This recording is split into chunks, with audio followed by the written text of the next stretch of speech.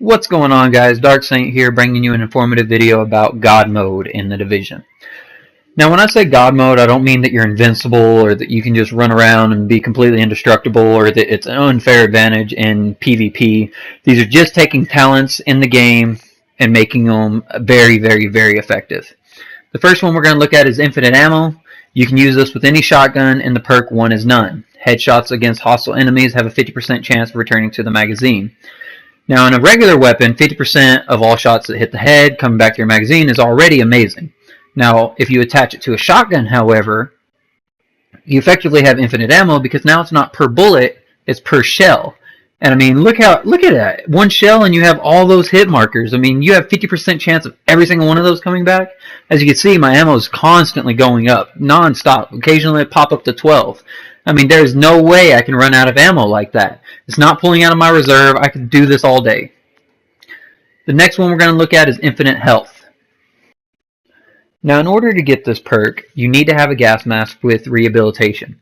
You can buy the gas mask from the vendor upstairs, and you can buy any variation of this gas mask that you want, whether you have electronics, stamina, or firearms, whichever one that you would want in order to help your build become stronger. All you need is the perk rehabilitation, so you can roll it and roll it and roll it until you have this perk. Now, rolling and rolling and rolling can be a little bit, taxing on your equipment, so be sure to bring a lot of equipment to build it. Also, buying it isn't exactly cheap, as it costs between 95 and 100 Phoenix credits. So in order to help you grind out and get those extra Phoenix credits, one, you can either fight bosses in the Dark Zone, or, as you can see here, I've highlighted and showing you all the challenge modes. So long as there's a light shining up above it, such as that orange light you see there, it has a challenge mode variation. And if you're able to complete the challenge mode, you'll get 30 Phoenix credits. So good luck on that, but either way, once you have the mask, it will gradually regenerate your health so long as you're under an effect of any kind, as you can see here. However, the match is glitched. It's only supposed to affect you while you're under a status effect. However, once the status effect wears off, as you can see, I still have healing properties on me. So the effects are infinite. They will continuously regenerate my health forever. And you can stack that with healing stations, you can stack that with smart cover, you can stack that with anything, and basically never stop regenerating ammo. All you need is a status effect. As you can see here, I threw down a grenade, and now I'm bleeding. And immediately, as you can see, it's countering the bleeding effect and already regenerating my health. And once the bleeding effect wears off, it will continue to do so. So I'm going to go ahead and take some damage from this guy here. I'm going to get all the way down to my first bar of health, and you can see it completely regenerate me. Now, this is, of course, aside from my weapons, healing abilities, or any other effects that I may use. This is strictly using the talents that's on the mask to regenerate my health. And as you can see, my healing effect is countering the burning, and I'm just able to stand over here, stay in cover, whatever I need to do in order to stay out of the line of fire. And as you can see, it will continuously regenerate my health. I don't have to use health packs, I don't have to use any abilities, you don't have to forcefully use that regeneration shot or health kit or anything like that. You can choose what you want. Now, the final one I'm going to talk about is the Seeker Mine, the gas charge. Now, a lot of people overlook the Seeker Mine because they consider it weaker than some of the other abilities. But this gas charge is absolutely overpowered. This is what makes God mode God mode. Besides the health regeneration and possible infinite ammo if you're wanting to run shotguns, this is the whole reason I really made this video.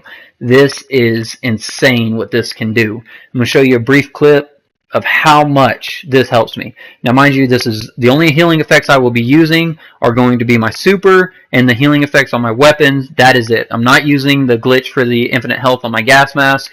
This is just using my Seeker Mine, and I'm going to show you just how powerful this can be. So you see there, I went ahead and I popped off my defense. And look at all these guys. He's blind, he's blind, he's blind. This isn't the Seeker Mine doing this anymore. I've used my Seeker Mine, and because I've used it, I have the effects of the Seeker Mine. So any enemy I walk by will be gassed. They will be stunned. As you can see, this big guy is walking towards me. And I'm able to use my healing ability from my ability there. Again, I still have not used my 2% regeneration. This is strictly my weapons and everything else. And as you saw, that big guy got close to me, and I was able to stun him. I run up on this guy, and he's stunned. No Seeker Mine is out. It just naturally stuns them because you've used it. And as you can see here, the Seeker Mine is really effective even in large crowds, whereas the Sticky Bomb with the Flashbang isn't able to do this. I mean, yeah, you can upgrade the AoE of it and everything, but if it's not directly in front of the enemies, they don't get blind by it at all. And really, the EMP effect doesn't even work against them. You know, yeah, it might help against like an agent or something like that, but it doesn't really help you against PVE enemies, which is really, you know, where your challenge mode is, where, you know, trying to run solo and DZ06 is. I mean, this is insane. I mean, I just mop the floor with all these guys. I run by them. They're stunned. Easily able to turn around, lock on, destroy them. It's insanely overpowered. You combo that with your healing regeneration ability, and I mean, you're virtually playing God mode. I mean, it's absolutely ridiculous. That being said, you can go down, so you do have to be careful. You still have to, you know, jump from cover to cover if you can, but it does make it a lot easier to run around out in the open, help out your teammates. Maybe you got a sniper guy in the back. It's not always going to help him out because he's not really going to be close enough to use his body as a Seeker Mine, but you can run up to a sniper position, get near them, and the guy will come out of cover. He'll stand up, makes that sniper in the back be able to shoot him in the head. It's super effective. And even then, you don't even have to get close. You can just throw your Seeker Mine over there. It'll stun them. So not only do you have a Seeker Mine running all over the field, stunning everything, now you as a player can be that Seeker Mine. You can just run through a whole group of enemies, dodging, using cover-to-cover run, whatever. They're all stunned. Everyone behind you can focus fire on that guy. It works on anyone. It doesn't matter what they are. It works on everyone. If they're agents, they're bosses, they're big guys with machine guns, it doesn't matter. It works on everyone. Okay, now that I'm done bragging about the Seeker Mine, I want to go over the negative attributes of everything that I've covered in this video. First, we're going to talk about the infinite ammo. Yes, it is still very effective on SMGs, LMGs, assault rifles, whatever you choose to use. You can still get, 50% of your ammo back. That's a given. As for shotguns, it does work on any big guy, any small guy, as long as you're able to hit them and do damage to them.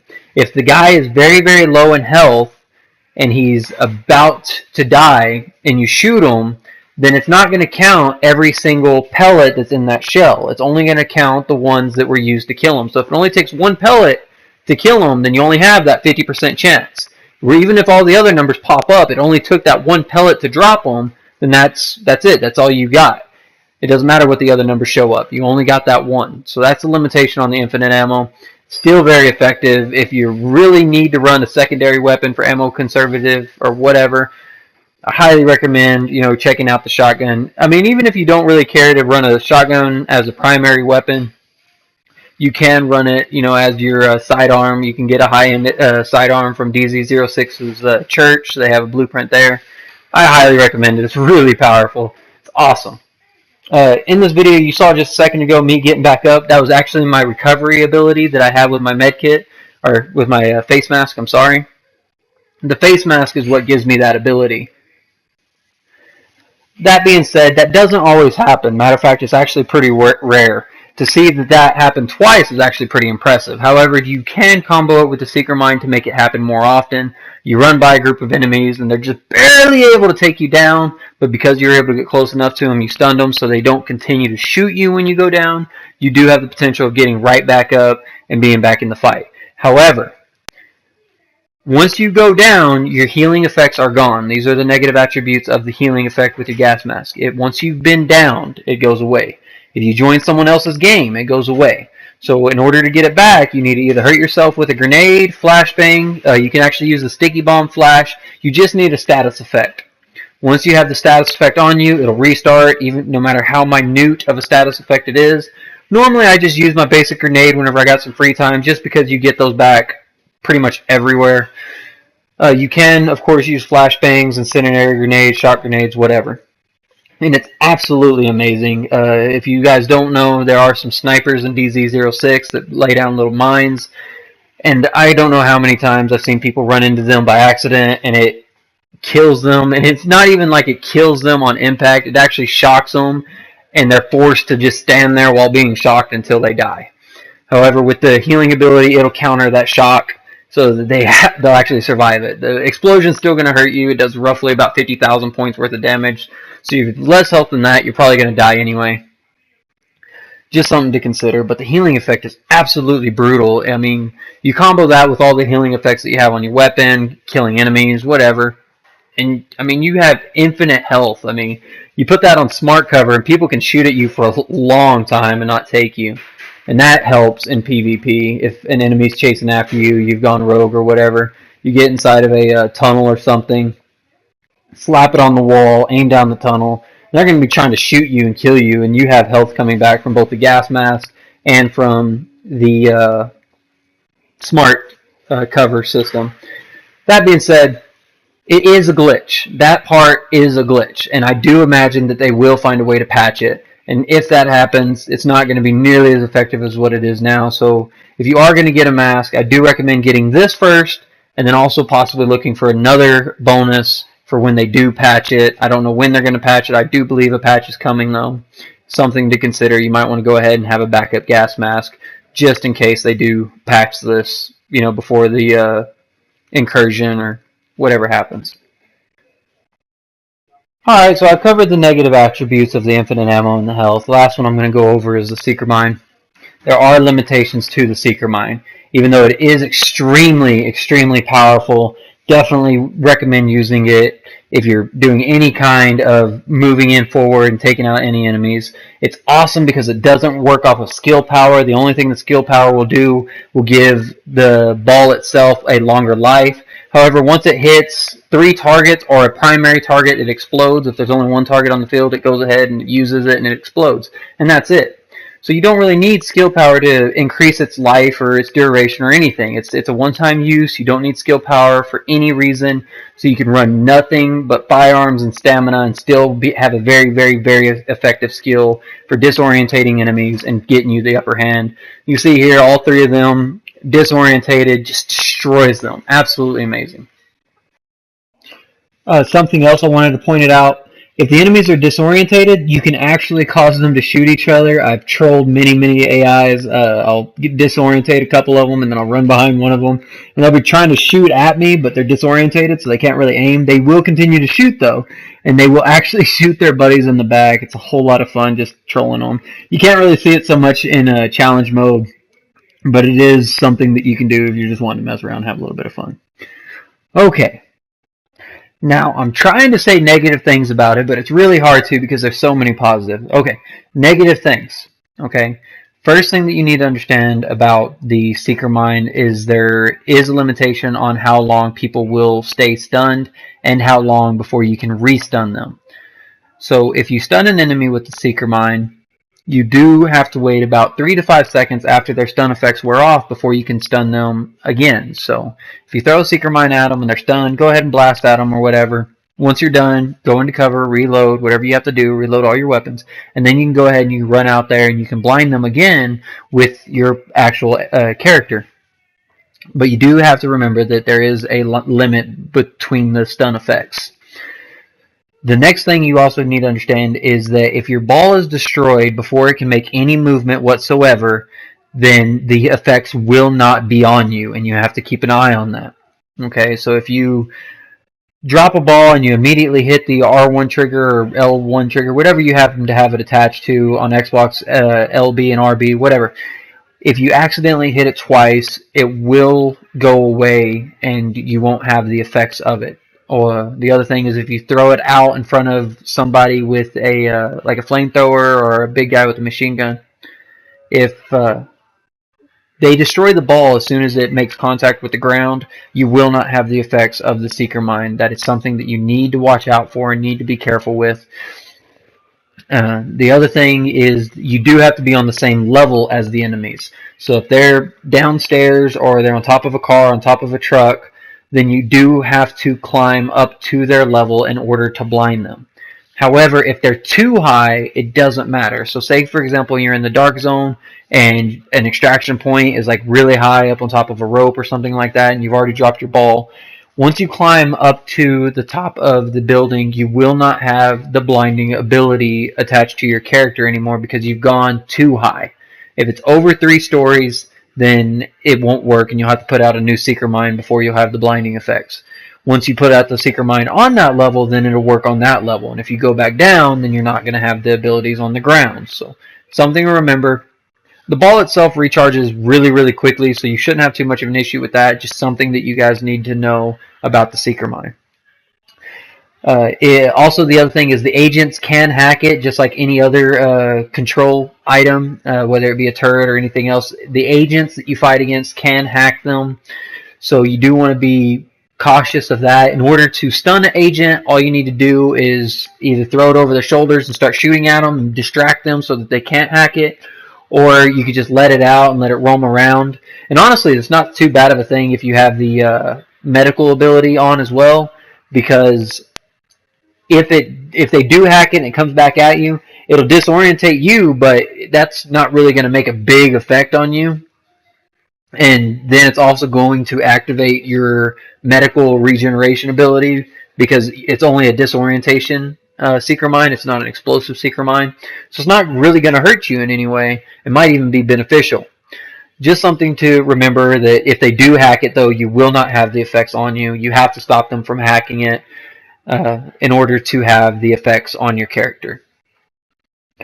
Alright, and that'll pretty much wrap it up for this video, you guys. Hope you guys enjoyed it. If you're wanting to go around, play around with some shotguns, you can do that. If you're wanting to troll some cleaners, you can run with the blinding effect, run by a big guy, one of the really big ones with the big flamethrower, and run behind all of his buddies. The bigger the enemy is, the less the disorientation effect will last. Like, it won't last as long if they're big enemies or big named enemies. It still works, it just doesn't last as long. It's still funny, though, whenever you run by a group of cleaners and the big guy turns around and just starts spraying his flamethrower at you just everywhere. He catches all of his buddies on fire. It's hilarious. It's definitely something that you guys can play around with. Or you could just disorientate them and kill the crap out of them. And honestly, you can't fail. You see, I tried to throw it over the fence. I totally failed on that. And the Seeker Mine even told me, hey, you're stupid. But it doesn't matter. The Seeker Mine goes around the gate. To go after them, it'll disorientate them anyway. This is what makes it so much better than the Sticky Bomb. You almost can't ever miss. You can't fail with this thing. It can be destroyed, but, I mean, it is so great. Oh, the other thing I did want to mention, if you go down, your gas effects is no longer on you as well. So you have to stay up. Once it's out. As you can see, I'm not rushing anyone because I know the effects are out. Just something to remember. Anyway, that'll wrap it up, you guys. You have your healing effect, you have your Seeker Mine, you have your infinite ammo, or really just extra ammo, and then you just got to be careful with your melee guys. You can see they're disorientated. I'm able to easily just wipe the floor with them. And even if I have to like reload and they come out of it, I can re-blind them. Again, 1 Mississippi, 2 Mississippi, 3 Mississippi, 4 Mississippi, 5 Mississippi. You'll see that guy's blind again. It's between 3 to 5 seconds. I don't know the exact time, but it's somewhere around there. Either way, you guys, I'm going to leave off some music. I hope you guys enjoyed the video. Be sure to like, comment, subscribe. Share the video with some friends. It's an amazing video. Hope you guys enjoyed it. And I'll catch you guys next time.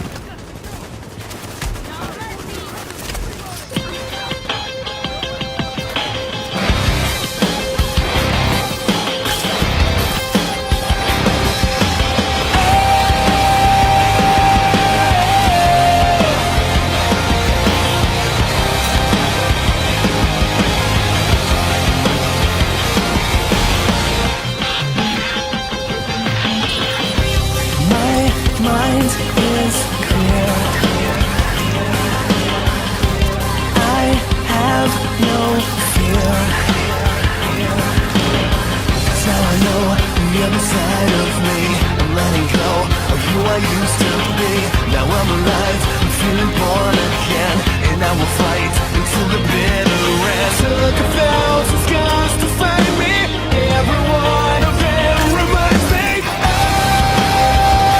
I won't ever surrender like that. No better to ever fall back. The enemy was living in my head. I ripped it out and left it there for dead. Now I'm alive, I'm feeling born again, and I will fight until the bitter end.